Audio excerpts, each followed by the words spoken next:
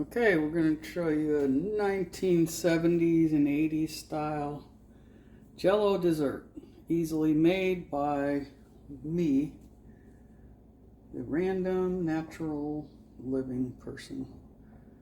So, it's going to be lime Jell-O with pineapple and cottage cheese in it. It's a staple of the 1970s. So what I need to have is 1 package of Jell-O, a half a cup of mayonnaise, a half a cup of cottage cheese, this small container of pineapple, and then take the pineapple juice, pour it into a measuring cup, and then fill it with water to 1 cup. I just happen to have some water right here. It's easy to use these cups because you can look from the top and see the numbers. I'll show you that in another video. Now this is a bowl that I'm going to make it in, but obviously this pineapple is not crushed pineapple. What are we going to do? I'm going to try a couple of things here. And one of them is hiding, so just hang on here. It doesn't matter really how crushed the pineapple is. It's just not crushed enough right now. So I'm going to crush it with a meat crusher. Even if it doesn't crush very much, we're okay. I am not picky. As long as it's edible, fresh, and not spoiled food, I'm good. And everything is unexpired from my pantry. That's what makes it beautiful for 1970s cooking. We kept a lot of our food in the pantry. Not the healthiest thing, but it's there when you need it. Need it, want it, feel like having it. So now you have semi-crushed pineapple. I take this water and heat it up.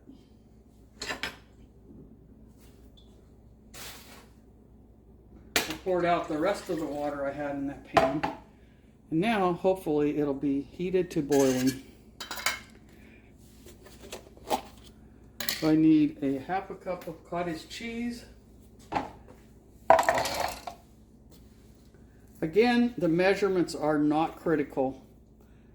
Mostly the liquid to Jell-O is a little more critical than how much of these other ingredients you put in.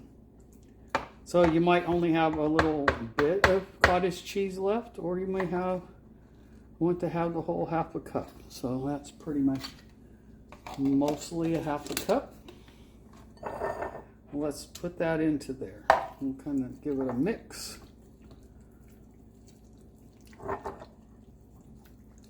Not critical. Mix, not mix.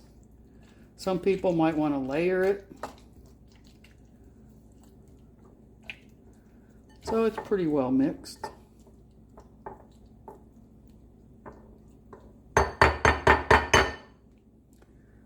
We also need a half a cup of mayo. I don't usually use this kind of mayo, so here we go. Let's use it in this recipe. But it is the kind of mayo I would have used back then.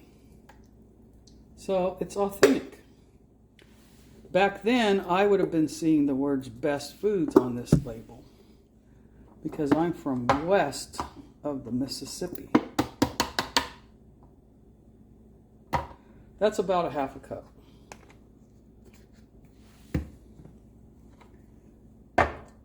And now half of it is inside of here. That's why I wanted to use this spatula so I can get it all out.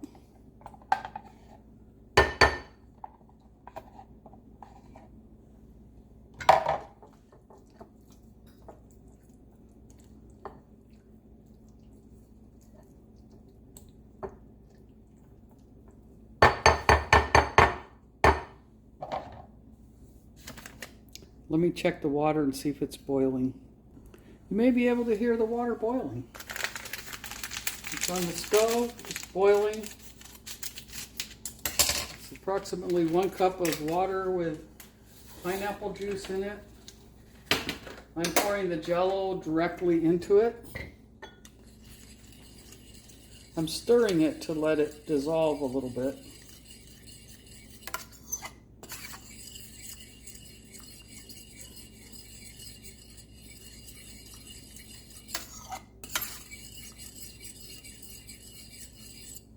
Stand by because it's too hot to put in there right now. I use anything for a trivet. Okay, I'm trying to let this cool a little bit. It's not very cool. I'm going to give it another stir because you want that Jell-O to mix well and dissolve. Otherwise it'll taste a little bit like crystal sugar or something. Maybe because that's what it is.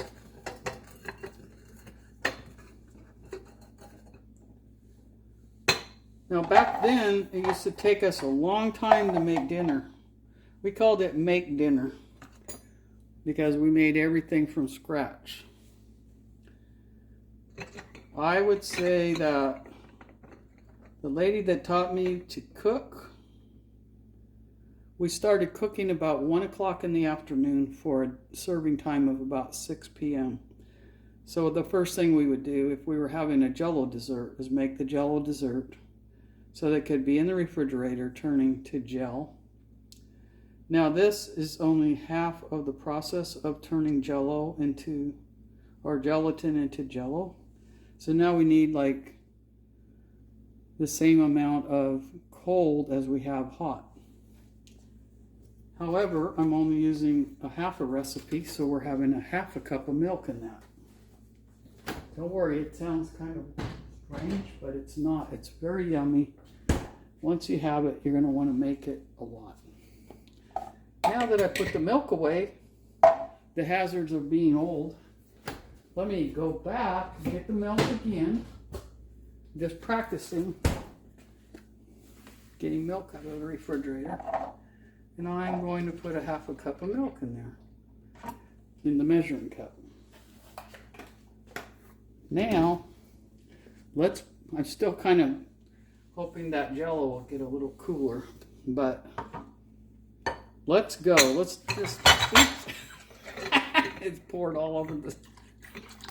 Now we're going into disaster. Okay, there's a little bit on the counter. We'll get that later. I'm going to stir it. And then I'm going to pour it into all of this stuff.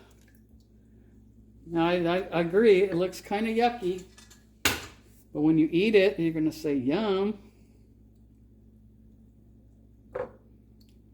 Stir it some more. Get that pineapple distributed. And the cottage cheese. Some people crush walnuts and put it in here. I do not like walnuts. I'm not putting walnuts in there. The pieces that you see are the cottage cheese. So this literally, for an old grandma like me, could be considered dinner. Technically, it has protein and it has fruit in it. I know. Younger people have to have a real dinner. We do not.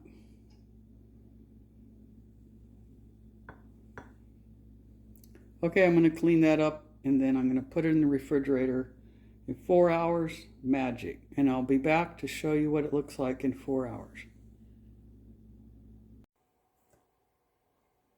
Okay. Here we go. It's been about 4 hours in the refrigerator. I covered it. It actually looks pretty much the same as when I put it in there. But I'll show you what it looks like. Just know that it tastes better than what it looks like here. And when people put walnuts or maybe some chopped up cherries, it'll kind of look a little bit maybe more colorful. But yum. I'm going to try it right now.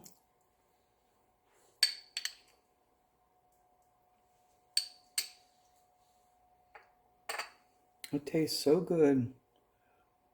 Tastes like my childhood.